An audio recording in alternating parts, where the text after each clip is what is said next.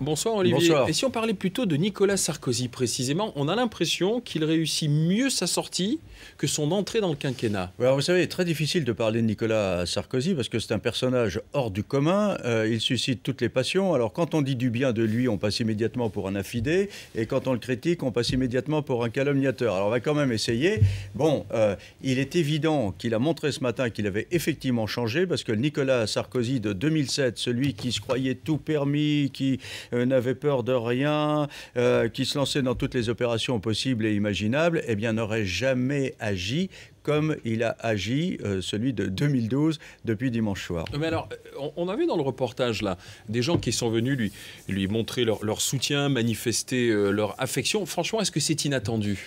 Pas vraiment, parce que Nicolas Sarkozy, c'est un affectif qui, encore une fois, suscite toutes les passions. On le présente souvent comme quelqu'un de froid, de calculateur, puis qui peut exécuter ses opposants, mais rien n'est plus faux. C'est plutôt le genre soupe au lait qui entre dans de grandes colères, mais qui a du mal à aller au bout. Regardez les exemples de Rachida Dati ou de Ramayad qui l'ont critiqué fortement. Il ne les a jamais vraiment exécutés, puis finalement, elles sont revenues à côté de lui. Alors, oui, comme tous les affectifs, il peut susciter les sentiments les plus forts, les plus divers. Quand on le déteste vraiment. Quand on l'aime vraiment. Et du coup, ça déclenche aussi des excès, non seulement de sa part, mais de la part aussi de ses opposants. Oui, alors lui, c'est vrai qu'il lui est arrivé d'aller trop loin. Un exemple, le discours de Grenoble lui avait proposé une déchéance de nationalité. Bon, il s'est vite rendu compte qu'il était vraiment allé trop loin et il a rengainé la proposition. Mais on peut dire aussi que c'est sans doute le président qui a été l'objet des critiques les plus acerbes, qui a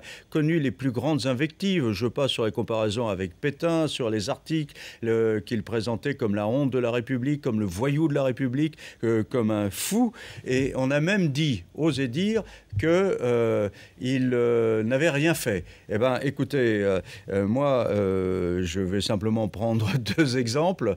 Il a supprimé 150 000 postes dans la fonction publique et il a fait sauter le tabou de la retraite à 60 ans. Alors, on est pour ou on est contre. Il y a un débat légitime autour de ça. Ça, oui. Sauf que j'observe que François Hollande n'a pas proposé de réaugmenter les effectifs de la fonction publique et il n'a jamais dit non plus qu'il voulait rétablir la retraite à 60 ans pour tous. C'est peut-être bien que finalement, ces réformes, elles n'étaient pas forcément inutiles. Alors, finalement, Olivier, quelle impression laissera Nicolas Sarkozy ?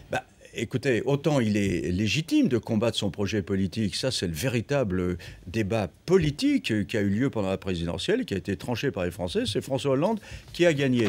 Bien, mais autant moi je n'ai jamais aimé les procès d'intention qui lui ont été faits, on a même suggéré, ce que je trouve absolument absurde, qu'il n'aimait pas son pays. Ben non, c'est pas comme ça. Nicolas Sarkozy, c'est quelqu'un qui est absolument brut de décoffrage. Voilà, il parle comme il pense, parfois c'est excessif, parfois ça va dans tous les sens, mais il est comme ça. Il n'avance pas masqué, et puis on peut dire qu'aujourd'hui, pour en revenir à ce matin, eh ben, il a bien pensé, il a joliment pensé, en proposant à François Hollande de le rejoindre sur l'Arc de Triomphe. Ça nous a valu un très beau moment, qui est émouvant, touchant, une vraie démocratie. Eh ben on va reparler justement de ce moment touchant, une vraie démocratie. Certains estiment qu'on était un peu trop dans le symbole. Mais regardez une image en direct, celle de François Hollande qui a quitté décidément à 20h. Il part de son quartier général, on l'a vécu hier. Alors, Olivier Mazoin. Oui, et alors regardez, il a des horaires de bureau alors. Presque, ça va vraiment à 20h. Il fait une pause devant un fabricant de macarons mondialement connu, mondialement célèbre. Oui. Vous en reconnaissez la devanture. Vous tairez le nom. Oui,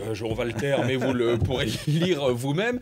Et alors François Hollande est avec son escorte réduite, mais il s'accorde cette petite pause, un moment de douceur avant la violence de la politique, et il va toujours acheter une petite pâtisserie avant de rentrer. Il est comme le salarié qui rentre chez lui, qui se dit tiens, ce soir j'achèterais bien un petit quelque chose, un petit présent pour ma femme, voilà. Oui, pour ma femme, pour ma compagne. sa compagne.